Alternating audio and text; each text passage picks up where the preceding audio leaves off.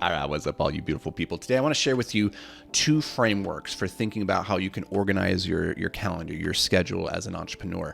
This comes to mind because last week I was working with one of my students, and we've been working on a focus and energy audit of his calendar, looking at where his time and energy is going every single day so that we can zero in on what are those activities that really move the needle that only he can do, the highest values activities for his time. And then trying to organize his calendar in a way, organize his team in a way to take those lower value activities off of his calendar. So there's two frameworks here that I want to share with you to think through as you're auditing your own calendar. The first one is the idea of $10,000 an hour tasks. So you might have heard this before, right? There's these different activities that you do throughout your day that if you were to, assign a dollar value to, like there's some activities that you do that are worth $0. They don't make you any money. There are some activities that make you $10 an hour. There's some that make you $100 an hour. There's some that make you $1,000, and some that are truly valuable will make you $10,000 an hour. And so the power of this framework that people like to use is to think through what are the different activities you do in your day or within your business that truly move the needle, and how much money do they generate. And so that's what my student did. He went through his calendar, he audited it, and then he said, okay, these activities, they make me $0. These ones make me $10. These ones make me $1,000. These ones make me $10,000. Okay. And he organized his calendar and then color coded it so you could at a glance see how much time are you spending every day on tasks that make you $10,000. How many are you spending on tasks that only make you $1,000, right? Now, don't get into the weeds too much of whether or not the activity actually makes you those dollar amounts. The value here to think through is in the hierarchy. What are the most valuable things? Whether that's $10,000 or $1,000, that's irrelevant, or even 100,000, right? It doesn't matter what the actual dollar number is. We're trying to figure out and triangulate what is the most valuable stuff that you're doing with your time. Well, the problem with this framework, this is powerful, and I would recommend you go through this exercise. But the issue that my student ran into is he's like, okay, I don't know what to do with this now. Like, I have these activities.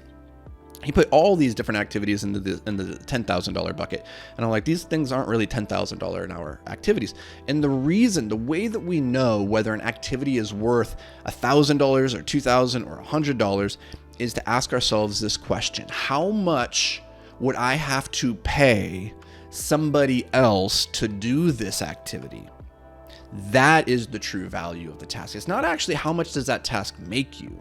When we're doing the calendar audit, you want to ask yourself, how much would I have to pay somebody to do this?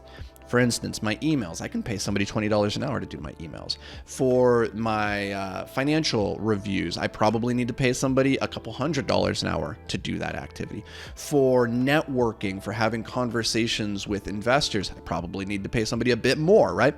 And you go through all the different activities that are currently on your calendar, and that is the dollar amount that you put there. Is to not ask yourself, how much money is this making you? You ask yourself, how much would it cost you to pay somebody else to do that activity?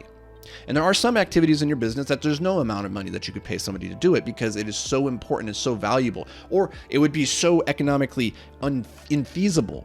Like, if you wanted to bring in the absolute top CEO in the world to run your company, then yeah, there's some activities on your to-do list right now that you could outsource. Those are the $10,000. You'd have to pay $10,000 an hour for Elon Musk to come in and do that activity for you. And it would be worth it, right? But you can't afford that, and you can't get him to come do it. So the power of this exercise is you go through your calendar, you look at all the different tasks and activities, and you put a dollar amount on how much it would be to have somebody else do it for you.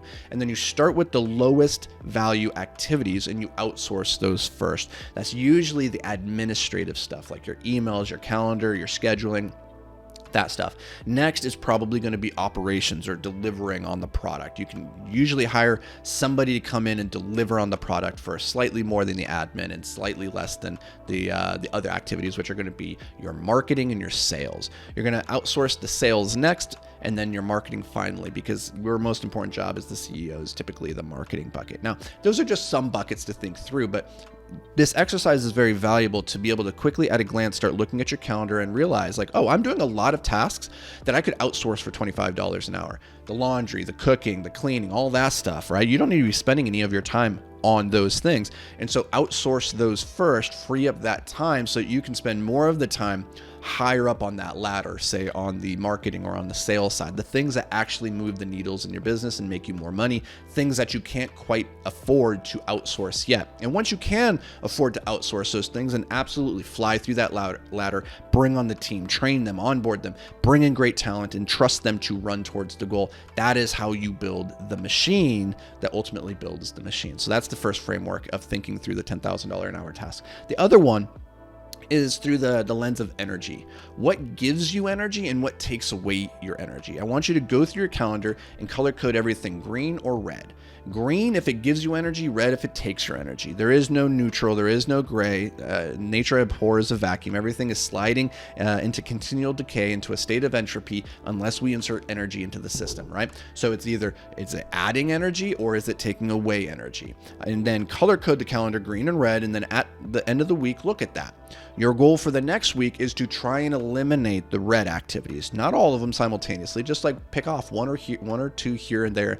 And over the next 6 months, your goal is to slowly reduce the number of red activities on your calendar. Get to the point where the only things that you are doing are bringing you energy. It's a full green calendar. If you can get to that place as an entrepreneur, I promise it's a beautiful, beautiful place. It will mean that you have built the machine that has built the machine. It is thriving without you. You are in your zone of genius, and it is a beautiful, glorious thing. So if you want help figuring all this out and implementing it into your business, go to beyondtheapex.com. If you're a 6 or 7 figure entrepreneur, we can help you scale to 8 figures and beyond. Go to beyondtheapex.com. Otherwise, that's going to do it for me, guys. I'll catch you in the next episode. As always, stay focused, stay vigilant, stay frosty, and stay tuned. Peace.